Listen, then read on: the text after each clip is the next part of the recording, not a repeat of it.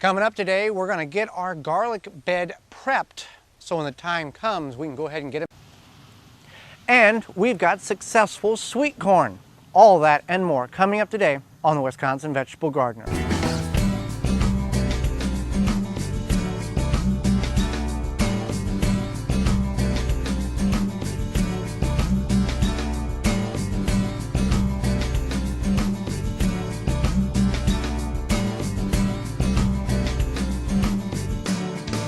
The Wisconsin Vegetable Gardener is sponsored in part by, for all your non-GMO, heirloom, organic, vegetable, flowers, and herb seeds, visit dollarseed.com. Sioux Growing Supply, located in Wausau, Wisconsin, focusing on certified leaf compost, an excellent amendment for poor soil, retains moisture and adds nutrients, which equals less watering. Available in Sioux organic seed starting kits, pre-filled trays and pots, bag and bulk. Visit SiouxCompost.com.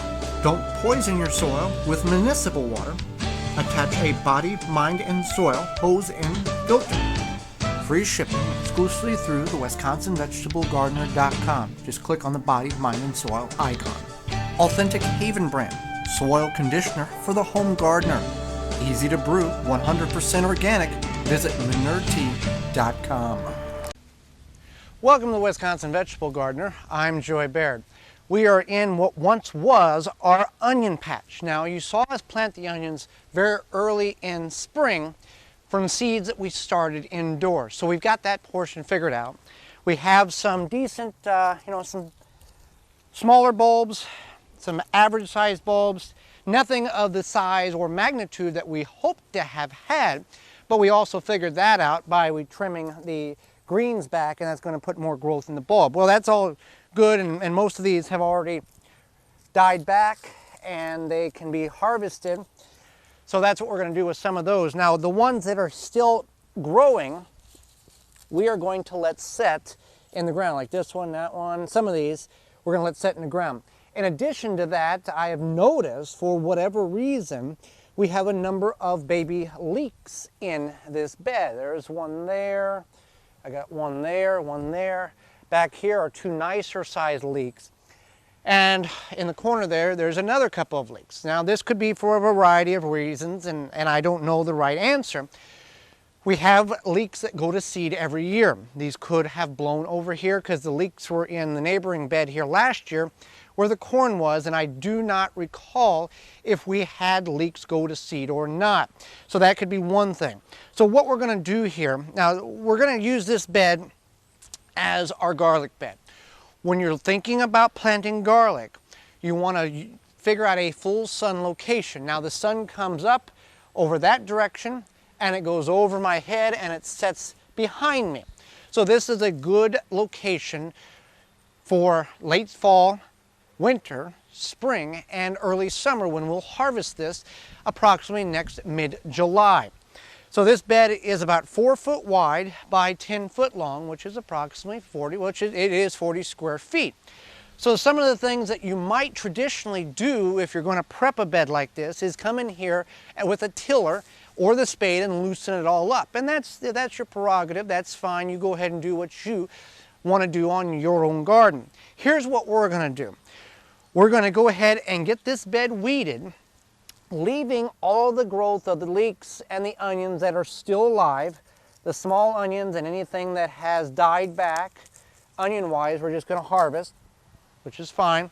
Then we're going to get, then when the time comes in the next couple of weeks, we're going to come in here, and where we're going to plant the garlic, we'll simply take a spade, push it in the ground, wobble it back and forth, and plant that garlic clove about 2 inches down. And that's what we're going to do. We're going to do rows, and that way we can just go ahead and have minimal soil disturbance. And that's the whole key to this. Disturbing the soil minimal will keep a lot of the microbial life alive in the soil, as well as destroying fewer earthworms and keeping the whole ecosystem a whole lot happier. So that's what I'm going to do. I'm going to come in here and start weeding this back, and once we get done, we'll see what we truly have. I see a volunteer tomato plant right here that we'll go ahead and extract because that's obviously not going to reach maturity on that. So that's what I'm going to do in order to get this bed prepped. All right, so we got this bed weeded here. Now we didn't get all the roots out because we didn't disturb the soil as much as we normally would. We did use the hand trowel here to loosen up and get some of the roots out. Now what will come in, we'll see, we've got a lot of cracks here because the soil has dried, but as the moisture and the rain we get picks up, it will go ahead and work itself, fill itself back in here, and we can assist with a little bit of kind of breaking it up slightly. So what we've got here, we've got a number of onions that we've harvested. Again, not of great size, but of great volume. So that's something that we have got a lot more onions this year. We planted 112 here, if I recall right, and we've got a good number of them that grew. So we figured out that problem with growing onions. Now what we'll do here is we'll just leave this fallow. We'll leave the leeks. We got a couple leeks there, onions that are still growing. We'll leave it alone for a couple of weeks here until we get closer to the correct planting time here in southeast Wisconsin for garlic. And again, what we'll do is we'll designate, we'll figure rows out, and we'll plant these about every 10 inches apart. Just take the trowel, wiggle it back and forth. Might have to take a little soil out, plant the clove, cover it back up with minimal soil disturbance. You've seen us come in these beds and completely dig them up to try to get as many roots out of them as possible. And I think that's hurt us in the long run because every time you disturb soil, you kill off of some of the microbial bacteria to the atmosphere. So by leaving this alone and just planting the garlic as is, I believe we'll be much better off than what we have been in the past. Much like the squash bed, we didn't disturb that soil at all. We simply made the slit in the soil and planted the squash. So getting the bed prepped is one step of several when it's time to plant garlic, but it's always better to be ready so when the time comes you can go ahead and plant instead of prepping. Growing in containers is a great way to expand your growing area whether you have ground to grow in or not. It's time to harvest some of our Swiss chard that we've got growing here. Now this is just the white fork hook Swiss chard, nothing fancy about it. We've got some in a raised bed in the back that is also doing quite well. Now Swiss chard is one of those vegetables. It's related to the spinach, but anything you can do with the spinach you can do with Swiss chard.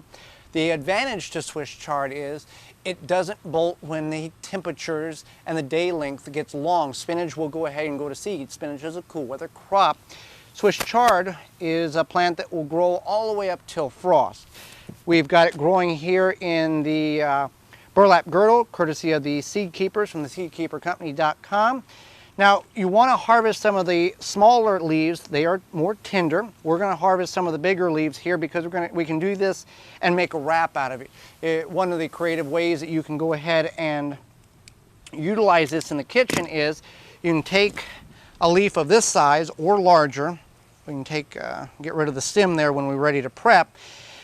And you can put your favorite shredded cheese in there, roll it up, and then you can bake it on the, bake it on the grill or in a pan, and it melts all together just like a cheese burrito with a Swiss chard wrap.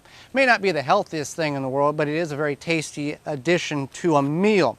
So we're going to harvest some of these for a meal and use them as wraps. So Swiss chard is a very versatile plant that can be grown in the container, raised bed, or traditional ground garden. Growing in containers is a great way to expand your area whether you have ground to grow in or not. Letting your plants go to seed, if you can, is a great way to carry on the traits of those particular plants. Now, radishes are one of the plants that many of us, as soon as it begins to flower, we rip it out because we need that vital real estate to plant more summer crops. Well, here's what happens whenever you let a radish plant go to seed. Now, let's talk about this one first here. They'll put pods on, and each one of these pods has 5, 8 seeds. And this one's pretty much done. This one here is a unique one, and I've never seen this happen before. It's got a number of pods that are already dry on the vine. So you would think it would have been done generating. Well, it has regenerated more flowers and more pods to put on even more seeds for whatever reason. So just because, if you're trying to save seeds, just because you see one batch already done, that doesn't mean the plant's not done producing more seeds. Now, with these pods here, if you didn't want to save the seeds, you could go ahead and eat them and they taste just like a radish. So that's something you can go about doing. And you can also take these seeds, let them dry on the vine, and harvest them. And there's a number of seeds in each pod. Now the best way I have found to save or to get these seeds out of the pods is take all these, put it in a plastic clear bag, and just run them back and forth, and then let the work next to a fan outside, and it'll let a lot of that chaff blow away. So just because a plant you think is done producing fruit and vegetables doesn't mean it's not going to produce seed, and continue to put seed on until it's too cold to do such.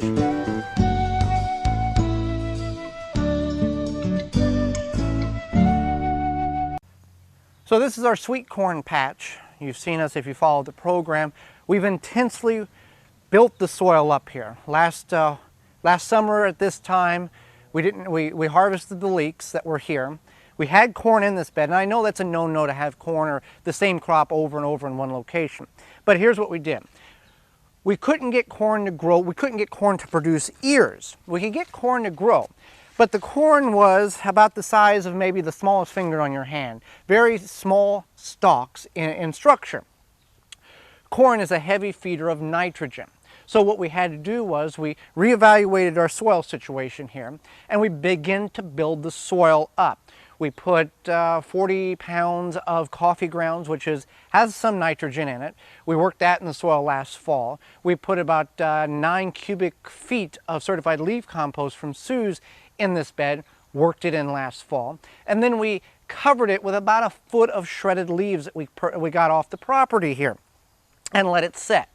So come this spring, when the soil temperature was 50 degrees, 2 inches down, 55 degrees, 2 inches down, and 50 degrees Fahrenheit, 6 inches down, we went ahead and planted our Silver Queen hybrid corn from Dollar Seed. Prior to planting it now, we could just plant it and it had been done. Prior to planting it, we went ahead and added a lot of fertilizer, organic fertilizer, to the soil, to the bed. We had a combination of multiple bags of organic fertilizer to a MPK of approximately, I think it was like 31, 24, 19, something in that area. An incredible high number. But in combination with all of that, we were able to grow, and as you see, relatively decent sweet corn. Now, some of you have never had a problem with growing sweet corn. We have had problems growing it for 4 years now and finally have figured out the combination to get it to grow. So we can't harvest, we've harvested I think 8 ears off of this bed already. Very good ears. Now some of this is not ready to harvest. This here has got silks, or the hairs are still not dry. And the kernels, every hair goes to a kernel, so that is not yet ready to go. Now you want to do this in a block first of all, because the pollen falls from the tassels here onto the ears or onto the hairs, which pollinates each kernel. Now prior to harvesting, you want to make sure your hairs are dry, like a dry hair. And not just on the appearance on the outside. You want to peel this back a little bit and also see how the hairs are drying. This one here is ready to go. So we'll go ahead and pull this one back and see what it looks like. Now look at that. That is a beautiful ear of Silver Queen sweet corn that we were able to grow ourselves. Now there's one more ear ready to go there, and then there's about 4 or 5 that still need a couple of weeks. Now you always want to test, pull back a little bit of the husk and test. You can puncture a kernel, and if it's a milky substance, it's ready to go. If it even if you think it's not, even if you think it's ready to go, you want to wait because it's still filling in these ears with the moisture and the nutrients that the plant's taking up. That is something that we are extremely pleased and honored to have come out of our garden at the amount of work that we have put in to trying to grow sweet corn. So what we're going to do is at the end of the growing season, we're going to go ahead and pull or cut these off, maybe use them for fall decorations, rebuild the soil just like we did last year and put it in the same spot. I know that's not what's recommended by the books or by other gardeners, but that's what we're going to do. We're going to add more coffee grounds, more compost, and then more fertilizer at the time of planting next year with the expectations of having not just this, but better ears of corn. Thanks for joining us. Join us again next time for more organic gardening and food preserving. I'm Joey Baird, and this has been the Wisconsin Vegetable Gardener. For more information, please visit thewisconsinvegetablegardener.com.